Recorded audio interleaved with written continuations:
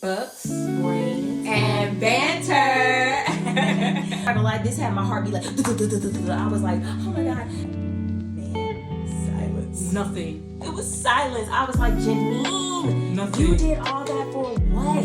When you're reading and your eyes jump down, that's what I was doing. I was like, I don't want to read anymore, but I knew it was not the husband. What? This is where John Mars like always does his thing, because I'm just like, you think you know, but you don't. You really don't. Hi, welcome back. Welcome. Your better hat came back. We know y'all came back to Books Brains and banter. My name is Sierra and I am the pessimist. And my name is Shay and I'm the optimist. And y'all know what this is. This is our little series called Y'all Read This Yet? Y'all better have read this. And the book that we are talking about today is The Good Samaritan by John Mars, or how we like to call him is Big John. With a capital B. Big John, he did his thing again, as usual. So, this book follows a woman who works at this hotline place called End of the Line. Now, they are a hotline for people who are going through things and they want to talk to them, and they just kind of like talk to them about it and just try to see like what their options are. But she likes to do that on an extra level, and she likes to help them transition over to the other side, and she and she enjoys it. So she gets this one call and it starts unraveling all these twists and turns, and I mean, I was on the edge of my seat, y'all.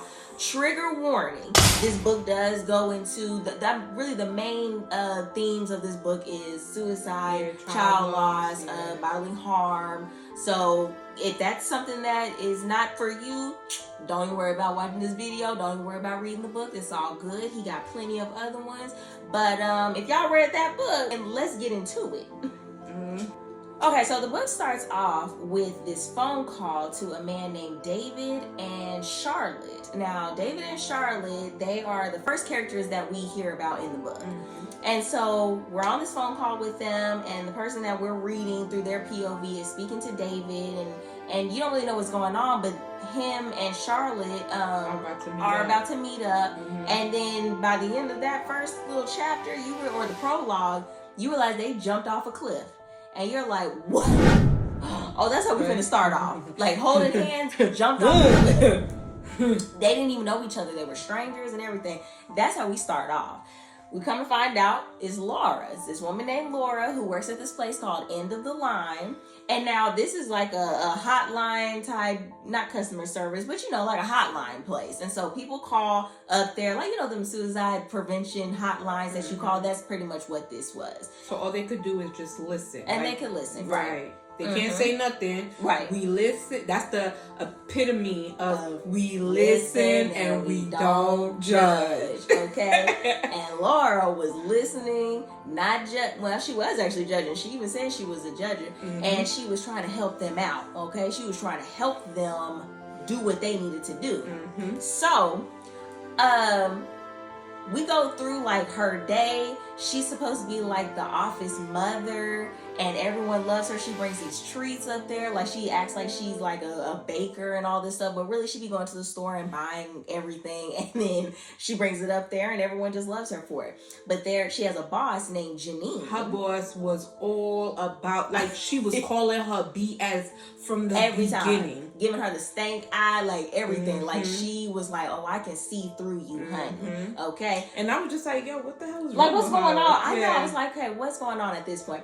But Laura, she's also like a big contributor too for their like charities that they do as well. And so she like helps out, like she goes to businesses, she talks to businesses to try to help them donate and all that. So she's that person that she's like the best thing in that company. Like she's the best thing.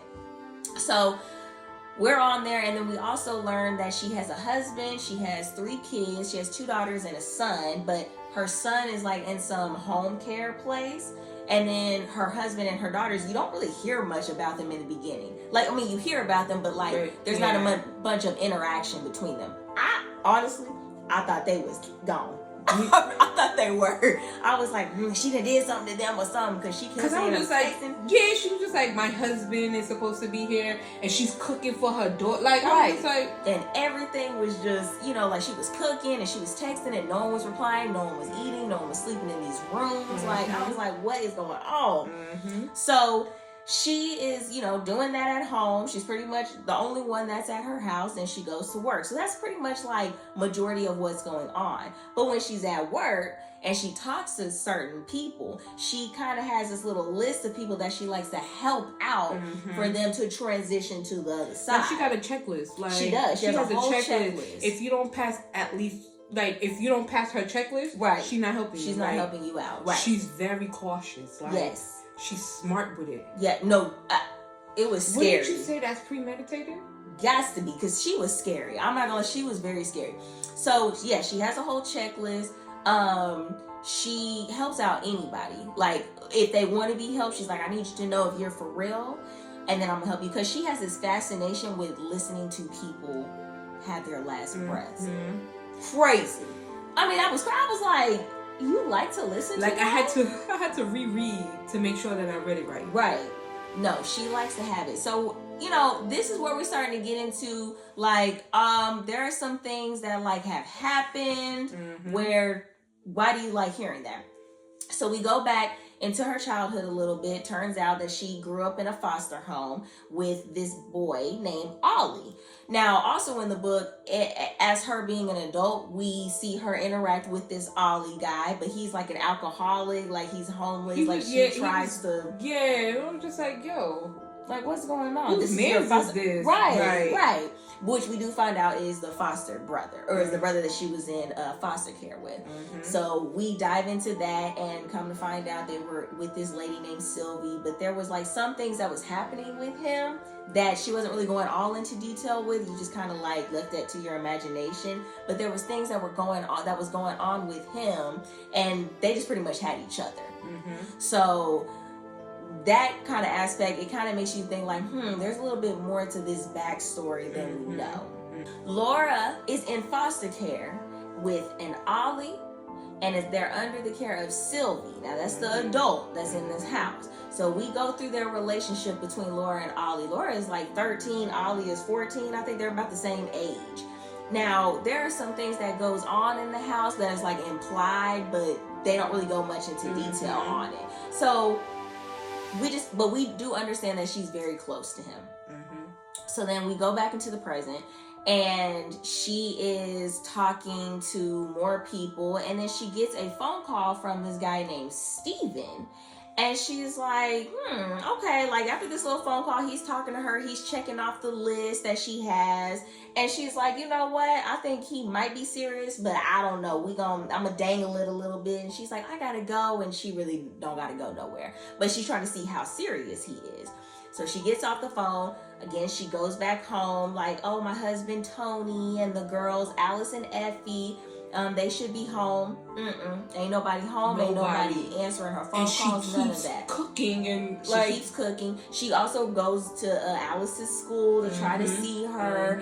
She stops at this like Starbucks type coffee shop, and she sees this boy there, because she has access to some of their like the family members' passwords and accounts and all that stuff. So she was snooping on there trying to see what was going on with her oldest daughter Effie, and she sees Effie was being a little scandalous, just a little bit, honey. So Effie had this boyfriend, and they were like exchanging these scandalous photos, and this one photo was like real yeah, that was a real hot one for her. So but the boy is like, 17? And her daughter's supposed to be 14. Effie's supposed to be 14. So Laura goes to this coffee shop one day, and she notices that the guy that was like taking her order and stuff is the guy that Effie is her boyfriend. And so she's like, you know what? You think you're gonna be talking to my daughter and doing all this stuff? I got something for you. She screenshots this dude's photo. She posted all over social media. She changes her daughter's password, gets the boy fired, all this stuff, right? Like, this is when you start to see like, dang, Laura, this is nuts. she's real obedient. nothing. Like, you went out your way. You really went out your way. Then I was just like, all right, she's a mother, so Right. I understand. You don't want your daughter Right. out there like that, so nip it in the butt. Yeah. But she doesn't tell her daughter nothing. Nothing at all. Like, she just makes like she just, hey, baby, I don't even know. So she goes back to work, and then I think it's been like a few weeks at this point. She gets another phone call from Steven, and they just start talking a little bit more. And she's like, "Look, bruh, like, I don't know what you heard this last time," because he's like, "Hey, didn't you say you was gonna like basically help me, harm myself?" And she said, "Girl, boy, I don't even know what you heard, but you didn't hear it from me."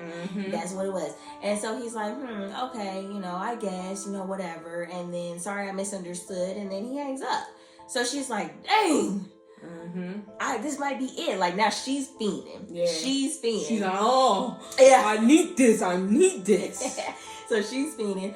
And again, it's just kind of like repetitive, where it goes back and forth with her going to work, trying to get, Steven a call. We're also seeing like the little relationship that she has with her boss, Janine, who is still like, I don't know, girl, like about you, because she's trying to get this on the low. She doesn't like Janine neither, because Janine took her promotion. Yeah. So she's just like, ugh.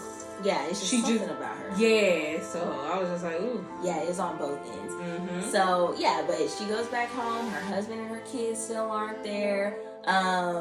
It's just like, okay, now, like, what is going on? Like, at this point, you're like, what is going on? But she visits her son at the little center that he's at, the hospital center that he's at. Yes. Or the home care center that he's at. Because I was just like, okay, so she has 3 kids. She got 2 girls and a son. Boy. And the boy is in a home facility because I guess you don't know what happened at but first. He's in there. Yeah. And she visits him all the time. Yes. And so she had said that her husband Tony had told her, like, hey, it's either you and our son or you gonna keep this marriage, right? And she picked her son. As you should. Goes and visits her son at this home care or this care center place, and he's just like very like wheelchair bound. He's brain dead pretty much. So, but we understand. Well, we see that she's the only one that visits him. Her husband she looks like she's like a loving mom when it comes to him, wiping his mouth, talking to him, saying, like just pouring love into him. Right. And you're just like, okay, like what is going on? So she goes into work again.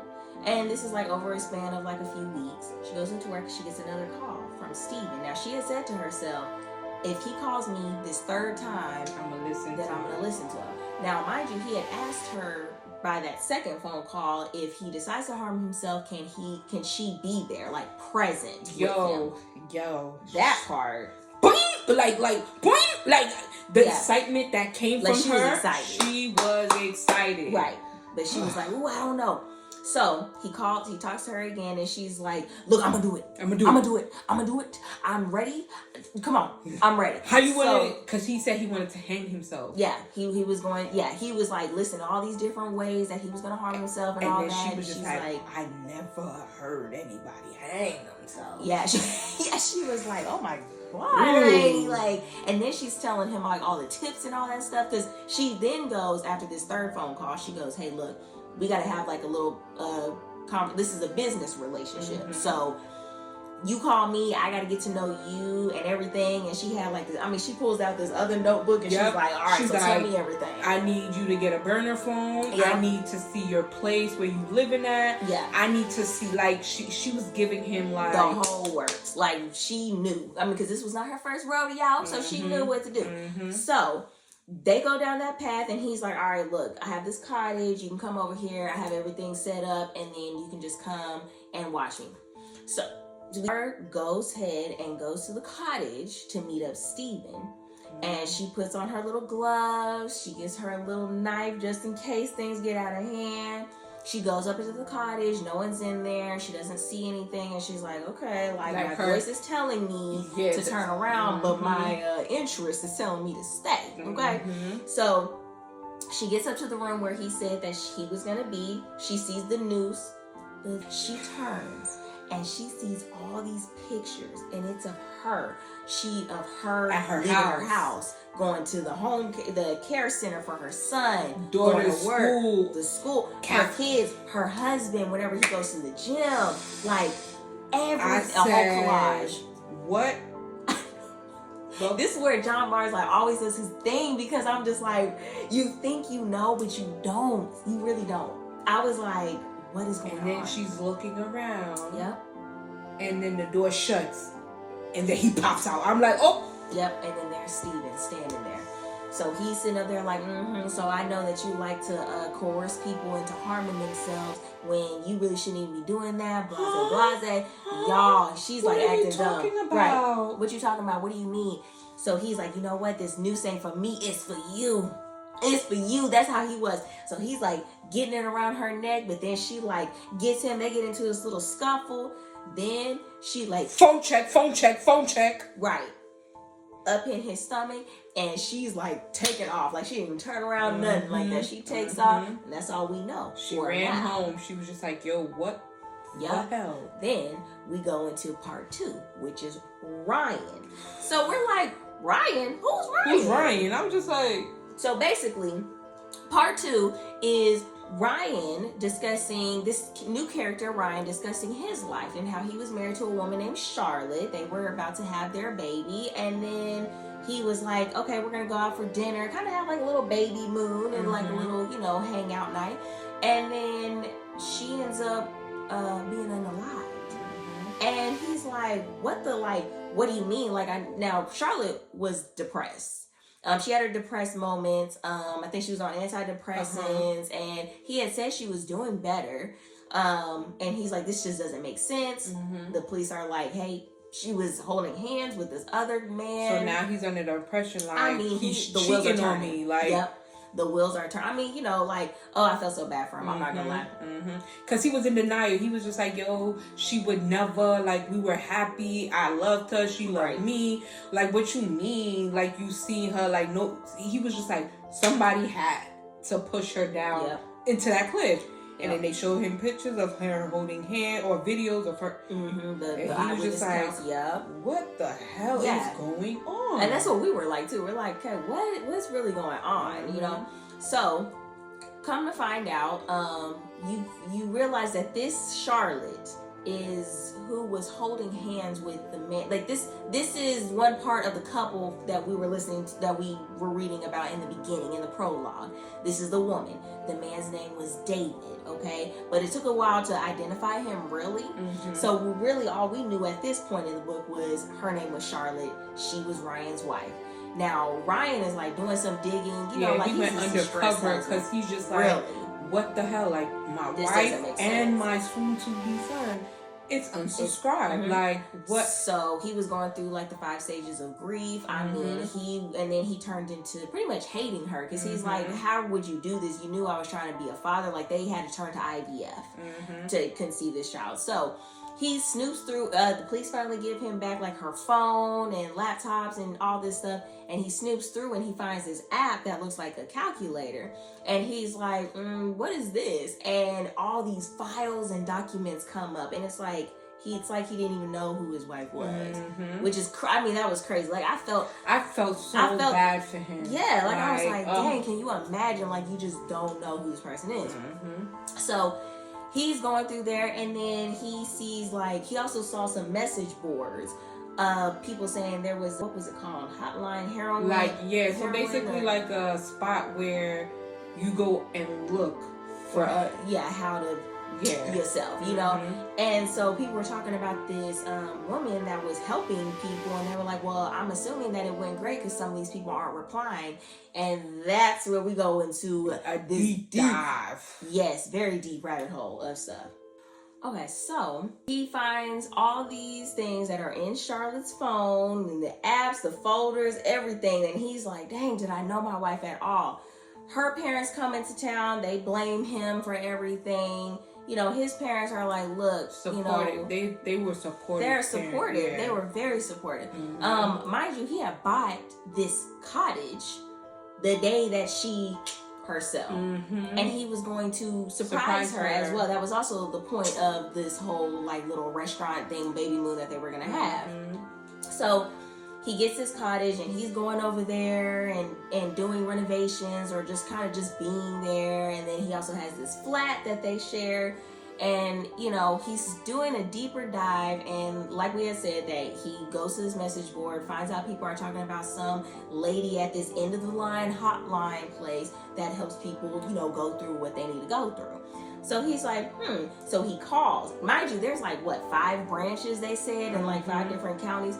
He calls up there and he's trying to see if I can, you know, let me find this person. Yeah. So he finally gets in contact with Laura, right?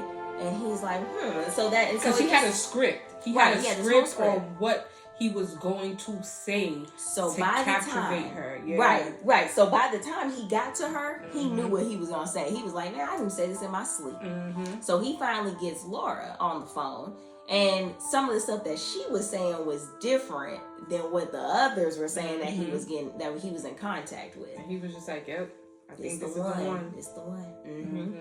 So then he starts researching her and finds pictures of her because, like we had said in the beginning, she was like a big contributor for this company. Like she was a big like help. Like everybody liked her. Yeah, everybody liked her. And she helped with donations. She was collecting, right. So he goes to her pictures and he sees that it's her, a couple of co-workers, and her daughter, Effie, is in the picture. And he's like, I know that girl. And then after that, you're like, well, how? How do you know? Yeah, I was just like, Yeah. So it's been, 5 months after his wife had passed away, and he goes back to work. And so he goes back into work, and then you're like, okay, what is it? Like, you're still trying to figure out, what does this have to do with anything? Come to find out, Effie is one of his students at the school that he works at. So Effie is a student. And real quick, when he calls, Ryan is Steven because Steven is his middle name. And so that's the name that he used when he was calling. So anyway, Effie's one of his students. Effie is not doing that great in school. And so she was doing good. No, she was originally. But I'm saying at this point, she wasn't. But originally, she was doing great in school. She was a popular girl, but she was also a bully in a way, too. So, yeah, A's, all that stuff. But then at this point, she was not doing great at school. He said, I know how to touch a mother real quick. Let me start messing with her daughter. Yep. And this is after the cottage incident where he, ambushed her. Right, because she was just like, after the ambush, she started watching the news. She was just like, yo, did I off him? Like, she started milking it for real because her husband came back. Her husband came to the house, but he was still sleeping like separate from her and stuff. And she would talk to him, and he'd be like, "Get away from me!" Like, and you're sitting there like, "What is going on?" That her husband is not trying to, And so, but this kind of helped her relationship a little bit, or she thinks it did. And so they get a email from the school, and she gets this email. She's like, "Oh, I never really get emails from the school. Like, what's going on?" So her husband's at the school, and he sees her, and he's like, "What are you doing here?" I know, and I was like, "Dang, Tony, what's going on?" So she goes up there, and she's like, "Well, I'm here because I'm her mom, and I know that she's not doing that well because she came up there in a dress, makeup, and everything." They walk up into the room after the principal pretty much like, "Hey, we're ready," and there goes Ryan / Steven that she saw at the cottage trying to put the noose around her neck, and that's exactly how she was. So you're like, oh my God, what is happening? Yo, the whole time I'm like, yeah. Couldn't even put it down. Like, no. That little part was crazy. So Ryan is talking to Tony and Laura about Effie, and he's like, "Yeah, her grades are slipping and all this." And so Laura's sitting here like, he's purposely failing her to try to get to her and try to tear down Effie's confidence. Yeah, because he was just like, "Oh, she's a bully," and she was, but I didn't like her neither. I didn't like her like that. Not really. you didn't hear what they were saying about you? Really like, yo, what's going on? So now she's starting to get angry. Like, Effie really cared about what people said about her or thought about her. So now that's getting to her to know, like, what you mean? He's like, yeah, girl, I'm the only one standing up for you. Your little friends are talking about you. The teachers are talking. Everybody, you know. And your weight. And your weight. Oh, my. And your felt. Oh, that was just so crazy. I was like, dang, he really is stooping down. But I know, though, he low-key was trying to make it to where she herself, too. That's what I thought, too. I was just like, ooh. He was trying to downplay a little bit, but I was like, no, you trying to make sure she go, too.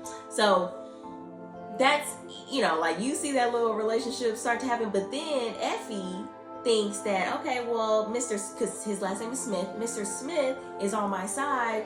I think he's trying to get with me, right? And I was like, can you imagine? Now, she's like, what, 14 years old? This man is what, like, late 20s, early 30s? Yeah.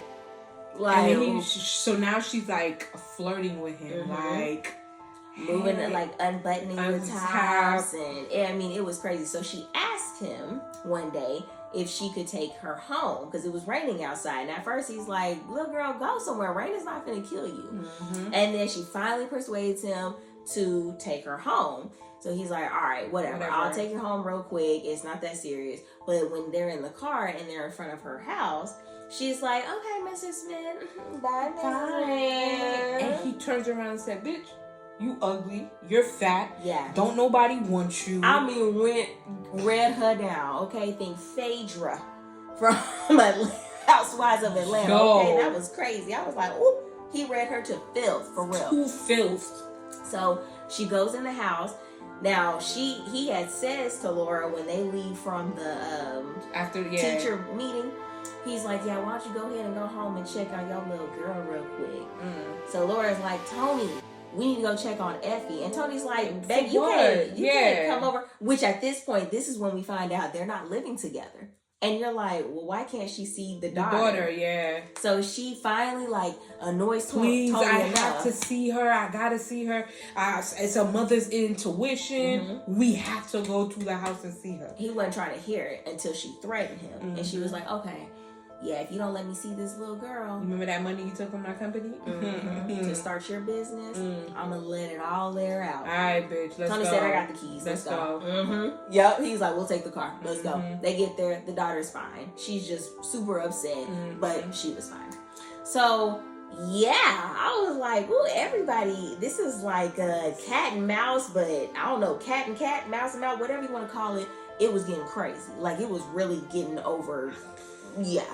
So, Ryan, after this, Ryan also is talking to his brother. And because his brother is like, look, bro, like, something's going on with you. And he goes into his house and he finds all this stuff of what's going on. And so Ryan's like, look, he just breaks down and tells his brother. Yeah. And his brother's like, look, at some point, one of y'all is going to get hurt. And I need you to be the bigger person. Because he was just like, yo, what you did to that little girl, like, what happens if you really made her go that far? Right, exactly. You wouldn't be able to sit well with yourself. So, like, give it up, leave it alone. Your wife did what she did. Nobody forced her to do it, but she did do it. So, let it go. Yeah. And he was just like, yo, you know what? All right. He honestly did what most of us would have done, but... yeah, no, his brother Johnny was correct. Like, he should have, oh my gosh. But, yeah. And then he just keeps going. Like, throughout the book, it's just him and Laura, like, trying to one-up each other. But honestly, Laura was starting to get the best of him. Laura was just like, oh, word? Two can play this game. And I'm better at it than you are. Yeah. So let me show you a little something. Yeah. He has a grandfather that's in the same care center as Laura and Tony's son, Henry, that's there. So Ryan goes over there and he's talking to his grandfather. This was after he had spoke with Johnny and told Johnny everything. And he's basically like, Granddad, like, what do I need to do? I like the granddad. Me too. Because the granddad wasn't saying nothing clearly. But what he said clearly, eye for an eye. That's what he was saying. And Ryan said, you know what? Bet, I got you. We're going to go ahead and keep this going. So that was the advice that he gave him. And they're just, like I said, they're just going back and forth. Like, Ryan's parents are like, hey, look, we can't do this financially, because they were also helping him pay for the cottage that he had bought for the wife and the son that he was going to have. They're like, basically, you got to sell one of them because you're a teacher. Makes sense, right? Teacher salary, you're not going to be able to do it. So he's like, you know what? I'll sell the flat because that's where all the memories are at anyway, and I'll just go ahead and start it. And then that's when he started thinking like, yo, you know what? Maybe he was starting to do better. Yeah, he was just like, maybe I really do gotta like do better with myself. Forget this. Like, it happened. I'm mad. What's the point of doing this? I'm good. I'm gonna just stop. Like, this war is done on my side. Like, he was like, no, I'm done. Mm-hmm. So he's starting to sell his flat, and then Laura Tell goes over to the flat, pretending like she's an interested buyer, and now mind you, Laura got in contact with her daughter Effie, and her and Effie are like, she's like, hey, look, this man's sitting up here grooming you. We're gonna go ahead and do something about it. And Effie's like, let me tell Daddy. And Laura goes, no, keep this between us. So she's like, I got a little plan for you. And Effie was, like, from what you could see reading it, she ain't had no relationship with them. So, like, Effie was excited to finally, like, oh, wow, my mom is being a mom. Mm-hmm. So she was happy about it. Right. So she's just like, oh, yeah, mommy, like, this is what he did, and he hurt my feelings, and he said he had a crush on. Yep. And she was eating that She was eating it up. She was loving it. So she's like, don't worry, we're going to have a plan. We'll get to it. So, again, Ryan is selling his flat. Laura pretends that she's going to be a buyer. She goes over to the flat, does something to Ryan's wife's wedding dress. The dead wife's wedding dress. Ryan gets home. He's like, it's hot and it stinks. Yeah. What's going on? This woman here, she put a dead piglet and made up some blood and put it on the wife's wedding dress. Now that Ryan was set off. He drove over to the real estate agent place at first, and he was like, who came up in here? Who'd you show? The real estate guy's like telling him, and then he gets to, it was a lady. Ryan goes, what was her name? She used her Laura used Charlotte Smith. She used Ryan's wife's name. That was woo. I was like, dang, she really don't care. Like, she don't care. No giving, for real. Like, for real. So Ryan goes over to Laura's house. He's banging on the door, like, I'm gonna kill you, all this stuff, right? He's looking in the window. She's just sitting there, and it scares him. Yeah. And she's recording him, and she's sitting up there. She calls the police. The police get him. They take him away. She goes over with her daughter to the school and is like, this man was harassing us. Like, now she's letting out all this story. And the police and the school is like, wait a minute, he said that he was home with the flu. Like, what's going on? Then everything spills out. She starts destroying this man's life. Bit by bit. From the hair to the toes. Yes. Okay? Nothing was being left behind. No, like, I was like, I want to see how we're going to come out of this, because I was like, this woman really was ruthless. So, also, on Laura's end, though, she is trying to look and find Ollie. Now, we're back on Ollie for a second. She's trying to look for him. She's going to all these hospitals. They're like, we don't know. Ollie, she went to we haven't seen him. Halfway house that he was at, no Ollie. All the places that he might hang out with, she's like, cannot find this man at all whatsoever. She's like, I just saw him. Like, where is he at? And no one, so she has that. It's like she has that on her plate, but then she's still trying to sit up here and ruin everything with Ryan. At work, she's barely even listening to what people are saying, at all whatsoever. And Janine is having like some police officers at her, door. Laura's like, is this for me? Like, what are we doing? But before we even move on from Janine, let's not forget that Trick Heifer, whatever you want to say, was messing with her husband. Yes, Laura's orange purse was at the husband's house when Laura went over there, when they were still talking to the school about what was going on with Effie. So Janine was messing with the husband, and we're like, so how you gonna hate her and you had messing with the husband? But okay, I digress. Yeah, I digress. So anyway, Ryan is lost his job, and now everyone is looking at him like he's that kind of foul. So he done lost his job. He feels like he's lost everything. He's like, okay, I need some kind of help. Like, what are we finna do? He goes over to Janine. He meets up with her. And he's like, look, I've recorded all these conversations between me and Laura. Mind you, Laura, when she was talking to Steven/Ryan, she was also calling him David. And he's like, who is David? Yeah. And so he records all of that and tells Janine. And Janine's like, okay, this is a very serious accusation. But then on the download, she's like, look, I believe you. So, but we can't talk about it right here because there's cameras and they really love her. Mm-hmm, right. So she was like, I don't know about that. So, Laura, she is starting to be like, okay, look, I got Ryan and I got Janine.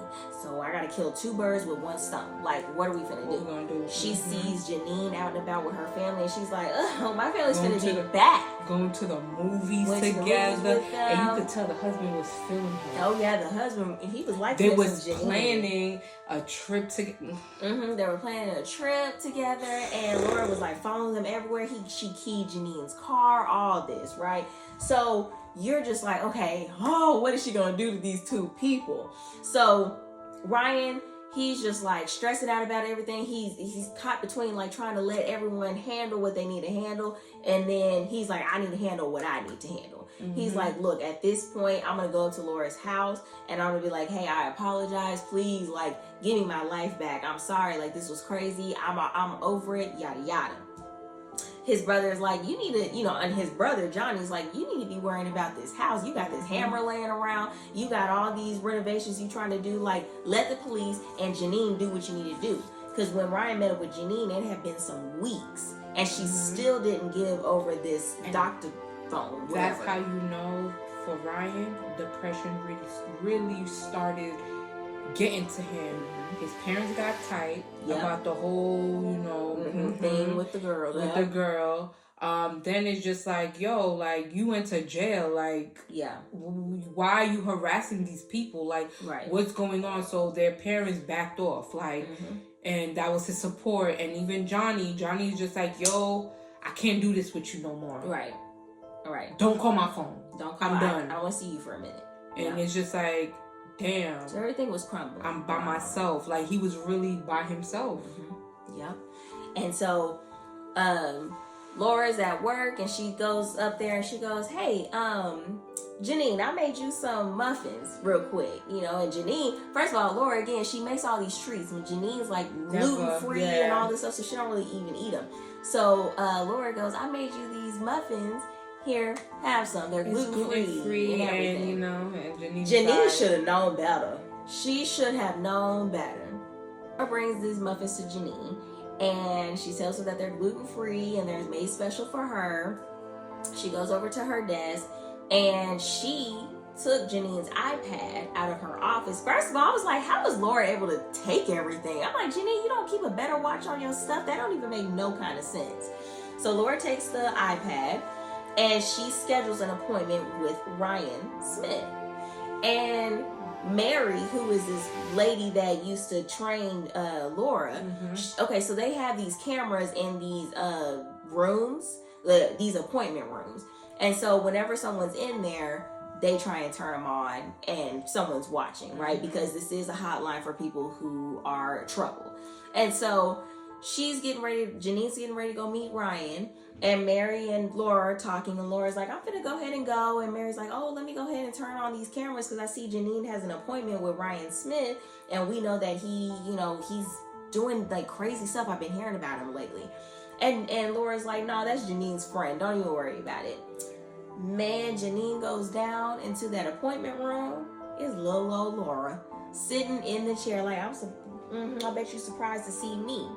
So Janine and her, they get down to it. Laura's like, look, I know you with my man, and I know that you sitting over here acting like you're going to be a mom to my kids, but they're coming home with me. And Janine says, skirt. All right. Back up. Don't talk to me that crazy. Right. Because I got something on you that you don't even know I got on you. And She goes, go ahead, girl. She pulls out this doctor phone that Ryan used to record their conversations. Now, at this point, I was like, yeah, why is it taking so long for you to turn this in? Also, right before this interview, Ryan is on his way to the office and he's calling Janine and he's like, blacking because he got drunk. Yeah, he got drunk. He's like, you have not turned in anything. Mm-hmm. I gave you this recording. You haven't done anything. What is going on? So he leaves her this nasty voicemail. Janine pulls out the phone and she's like, look, I have this. I'm going to give you some options, okay? And she said, go ahead, play it. What? Oh, yeah, options. Yeah, so she gives her some options. And she's like, look, I can either turn this in and you can go ahead and go do what you need to do and be fired or whatever. Or I'm going to give it to you and you can destroy all the evidence. And then, but you're going to leave me, my man, and future stepdaughters alone. Yeah, because Laura was like, well, why would I do that? And she's like, well, because me and Tony's going to divorce you and he's going to be my man. And these going to be my kids. And so Laura's like, yeah, let me listen to it. Man, silence. Nothing. It was silence. I was like, Janine, nothing. You did all that for what? For what? You should have checked it. Then Janine sitting over here funny. She's like, I can't move. I can't do. Something was in the little muffins. Those little muffins that Laura pulled out. Man, Janine starts declining. She's laying back. And then here comes Laura. Whack! In Janine's throat. I'm not going to lie. That part, I was like, dang, John. Like this when you think, I don't know, I be thinking he's not gonna get graphic sometimes, and then something like that happens and I'm like, oh, okay, I forgot who I'm reading. So Laura, doom. I mean, she's enjoying it, putting her into the wall like a nail. I never knew this would feel like this. Yes, and she got to hear her last breaths. Loved it. Yeah, so she goes ahead and gets Janine. She's like, I killed 2 birds with 1 hammer. And Janine was supposed to be meeting with Ryan. And there was well, he never walked in. No. He was on the phone. Mary walks in. I don't remember who walked in, but he was on the phone and his brother calls him and he's like, hey, bro, this Janine lady, she's in her office and you left her a message and what's going on? And da-da-da. Ryan said, look, man. This is too much. Point, he said, he really did. He said, you know what? He said, I'm going to send you an email. He's like, just read it. Just tell mom and dad I love them. I love you. I'm so sorry. He pulls up to his wife, where his wife jumped off the cliff. And so he goes and does that. Laura's sitting over here thinking she did everything great. Now, mind you, the grimy thing was, when he unsubscribed from life, the fact that she went to this man's funeral. Yeah. And because she was going to everyone's funeral. Now, mind you, we also come to find out that David is Ollie, the boy that she grew up with, and he had actually unalived himself a year prior. She's acting like it was a few months before when Ryan was trying to talk to Tony about what was going on with everything. Tony's like, look, the reason why I'm not with Laura and I'm not trying to be with her is because she's a psychopath. And she sat up there and made this boy, Ollie / David, his mom in front of the social service people, and she's sitting up here saying that, oh, I remember this last week and it happened 3 years ago. And so she even lied and said that she was in the hospital for cancer the whole time. It's because she was just locked up because she's crazy for burning down the house with her son. So it was just like, oh my God, Laura, you learned all this mess. That's why the son is in there. He damn near, her and her husband was having an argument. She got tight, didn't know that the son came in and said, I'm burning all of us in here. Talking about her and then yeah, so you're just like, dang, Ryan, you did all this kind of for nothing, you know, but also not, because who's gonna tell? So yeah, she goes to his funeral and she sends him flowers saying, I won. Oh my God, I was like, what is this? So she goes, and Tony is my heart is beating all over again. I know. Man, Tony's like, you know what, woman, leave me alone. Leave me alone. Because she goes over to Janine's funeral as well. They have like this, they build a house for her. They name the house of Janine. And she's like, yeah, you know, she was just this wonderful person and blah, blah. She got Tony's the position where Janine was at. Mm-hmm. Tony's looking at her like, you ain't even telling the truth. Like, that's not even how you felt. Mm-hmm. Right. She gets Janine's position. And she knew Janine's passwords. Like, she had everyone's passwords and account info. She transfers money from the charity of their hotline place into Janine's gambling habits and into Janine's account. So they take the name off the building that was Janine's. I mean, she's like, yeah. Mm-hmm. I beat all of y'all. Yeah. So she's sending emails to her husband. Her husband like ups and moves, grabs the kids, takes them to these different schools.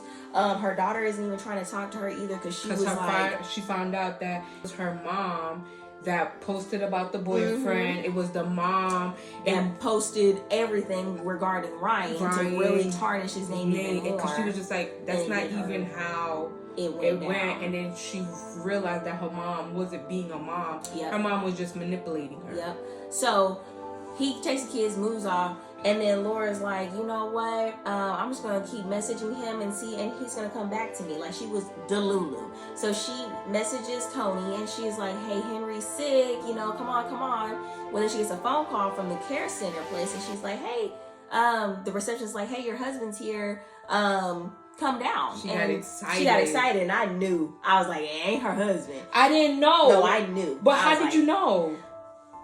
Because it's just how it, like, I don't know. I was like, it's not her husband. Who else was it going to be? Who else? How did you know? I didn't say I knew who it was. I just knew it wasn't her husband because I was like, oh, now all of a sudden her husband's coming down there. Her husband wants nothing to do with her. And now he's going to come down there and see the son. He barely even wants to do anything with the son. Mm-hmm. But she did all this. It's somebody. I was like, it's somebody in one of the people whose lives she destroyed that's pretending to be the husband. I don't know. I was like, I just knew that it wasn't the husband. So I couldn't, like, when you're reading and your eyes jump down, that's what I was doing. I was like, I don't want to read anymore, but I knew it was not the husband. She gets over there. Sure enough, it's not the husband. It's Johnny, Ryan's brother.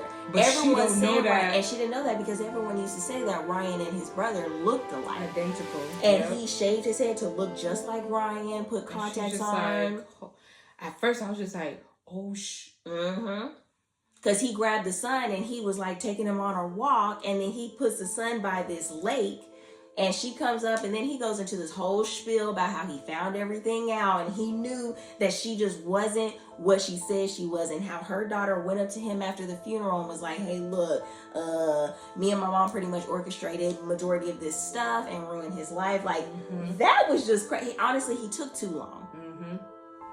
This was every part of the book was my favorite part. But this part, oh my gosh, I ate this up. He was taking too long talking to Laura about everything. And then when he said that he noticed Laura was looking behind him and stuff, I knew. Here come Tony, taking Johnny out. I mean, Tony was like, and he did, because he thought it was Ryan. Laura was like, it's Ryan, it's, whatever. Oh my gosh, she was still doing this. She was still doing it. She's a narcissist. Yeah. So Johnny, gone. She sends some more flowers to his funeral. I won again. And then now blackmailing the husband, because Johnny, right before that happened, he was recording and he said, here, look, I'm not going to harm your son, but I want you to confess to everything that you did right before the husband, got him. So the husband and the girls, they moved back in with her only because the husband had gotten arrested. So she had to bring the girls back to her house. So he gets out and he's staying. And she's like, oh, my lovely little family. This is great. All this stuff. He's like, girl, you done lost your mind. I'm finna take the girls and leave. And she goes, don't forget I got a recording of you killing this man. And so don't worry about it. You're not going nowhere. You're not going nowhere. Do you want steak or chicken? That's pretty much what it was. So he's like, oh, I feel like my everybody God. was playing checkers everybody she was playing chess. Yeah, no, she really was. So gets a ping on her phone and it's Janine, an email from Janine, and she's like, what? Now I'm not gonna lie, I was like, whoa, what is that? That's scary. She gets this email and it says look, more will follow, or more will follow. And it's the recordings that Ryan had recorded.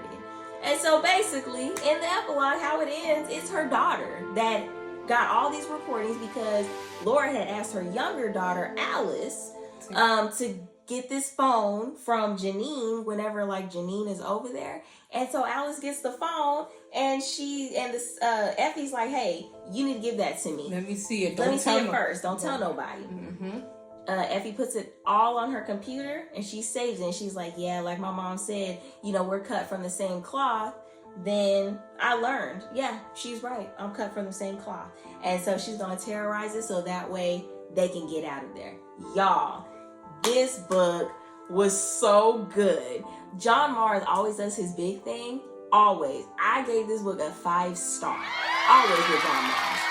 Always with John Mars. It's a 5-star.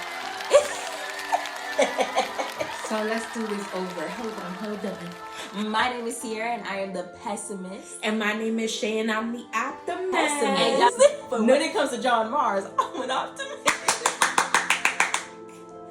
Yes. But yeah, this book was a 5-star. 5, 6, 7, 10 star. Like, I love it. Yeah. Like, John Mars, you are my favorite author. Like, hands down. Hands down. Y'all, it was such a good book. Like, I mean, heart pounding, heart racing, like palm sweating. It was crazy. Like this was a good one. He always does his big thing. That's why we call him Big John. It's just like you try to like, yo, John, can I just get a deep breath real quick? Like, let me breathe. Y'all, I don't want to leave you guys. I don't want to leave you guys. Yes, but this is not the end. It's never done with us. Never. Y'all, this book, I love talking about John Mars, The Good Samaritan. If y'all have read it, we hope that you enjoyed this video and enjoyed this book talk. Y'all, I mean, this was a ride. And I'm ready to discuss the next one. So you know what you gotta do, right? You gotta like, you gotta subscribe, and you gotta comment your opinions, your thoughts, because this is a book talk. We gotta keep this discussion going, okay? We gotta keep it up. So until next time.